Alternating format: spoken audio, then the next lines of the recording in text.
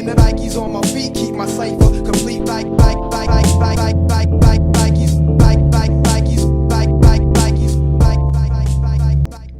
Alright guys, just thought I'd do a little video explaining the install process of this ambient light kit for the 370Z. This is by far, in my opinion, the best ambient light kit you could actually install in the car, as it's the brightest. Everything used to install this kit will be in the description below. Let's start off with the driver's side wiring. To remove the door cards, you would have to take off any carbon inserts. So there'll be a little, pry that open either with a flathead screwdriver, a small one, or a prying tool. There'll be one 10mm bolt behind there, and there will also be two 10mm bolts down here. Just got to pry it open. There's a little cap, take that off, and the whole door card will come off. You just pull this side, that side, the door card will come off. After you do that, pry this open.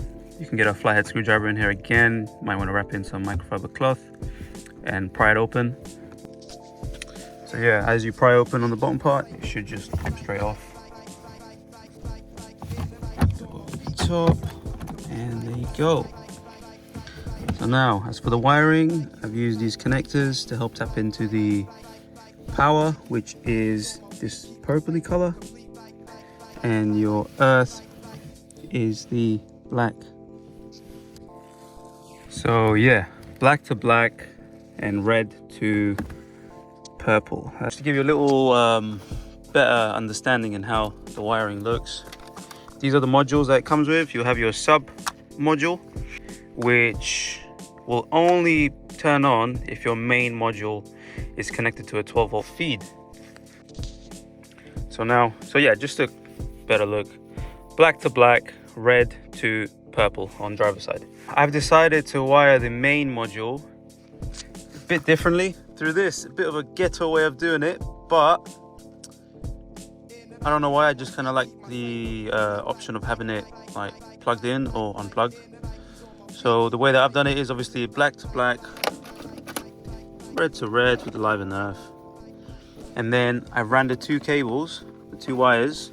You need to extend them obviously. I ran two wires through here for the main module, by the way, which will be doing the ambient light there. So I ran the cables from here down through the handbrake area, I guess, and that will feed it down below. After it comes out down there, you want to, hold on, let me just go on the other side. Yeah, so cables, two cables around them from that cigarette lighter port, which I think we all have one of those. Two cables running through there. They came down to the bottom there. I tucked them along the entire strip here. Underneath here, you can't even see it. Tucked them through here, and then what I done was, you might want to put some draw wire through here, and it should fall out on the bottom there. You can tape up your extended wires and then pull them through like so. This is the main module, by the way, as I was trying to explain. It's literally just being held up. It's being held up by Velcro. As you can see, it's quite secure. That's not coming off anyway. But yeah, that's your main module, which will be controlling your sub modules. Yeah, so the hard part was actually getting this LED strip to actually glue on here. As you can see, it's on properly now, but initially when I first tried doing it, it wouldn't actually stay on. I tried the hot glue gun method. That didn't seem to done anything. And then I tried the Gorilla Glue, and that didn't do anything either.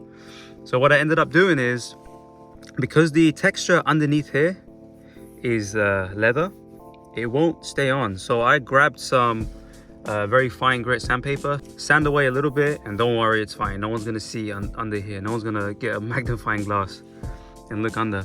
Just get some sandpaper, sand away a little bit, make sure it's a flat surface for the glue to bond onto the material. And then I just put, I believe it was like little dabs every couple centimeters, so it stays. And as you can see, it's glued on quite nicely. That ain't coming off. One thing I would redo over is I would probably cover this up in black sleeving or black electrical tape, just so that it looks a bit more cleaner and neater, which I may do later on. But yeah, for the time being, this will do. black to black, red to red. Extend the wires from glove box, run it alongside the bottom, feed it through the top, and it's here. And then obviously the gluing. Now, oh yeah, step number 3.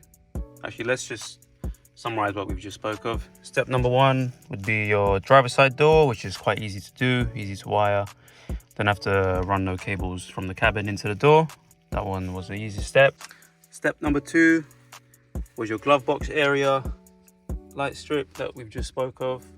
And now step number 3, which I think is the most tedious part of them all, as we have to get power from the cabin under the footwell into the door, which is a bit of a mission to get to. You don't need to do it this way, but I've done it this way, so all the light strips, sorry, will turn on at the same exact time.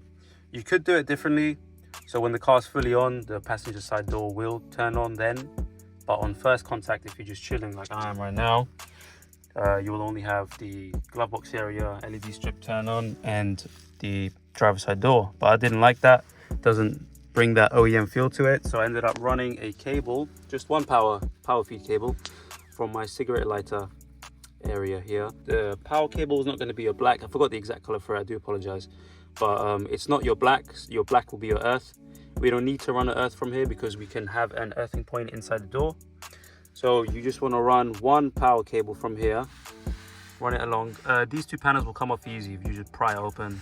First pry open the one here, and then secondly the one there, which will give you access to the other side of the wiring harness of the plug that feeds power for all your passenger side door area, which you know what, I would love to show you a video now, a demonstration on how that looks, but I think I've got a picture of it before from when I've done it, which I'll insert now.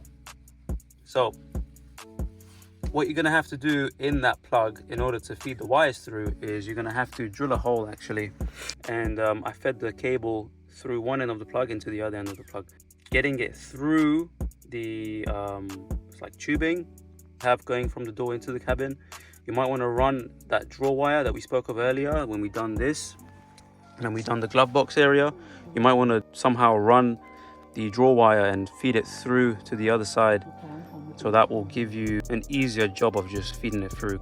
And yeah, tape it on, pull it through, it will come out on the bottom there. It's quite simple because you've already got your power once you feed it through the door. And then your earthing point, you just got to crimp on a little earth connector that you're able to go through a screw with, which is a screw that's already inside the door. You just go into it.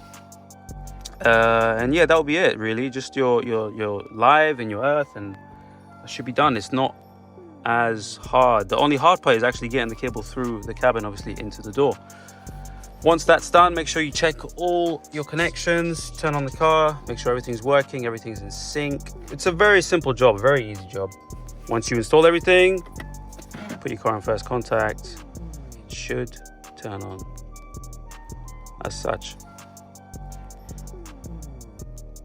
If you need me to clarify on certain things, it's always best to reach out to me on Instagram, as I think it's a bit better. Now we're going to roll in some cinematic shots of the ambient lights. Okay, I pull up high as fuck, right up front to where the venue was. Every time I look at her, she feel like I'm the only one. Only thing I care about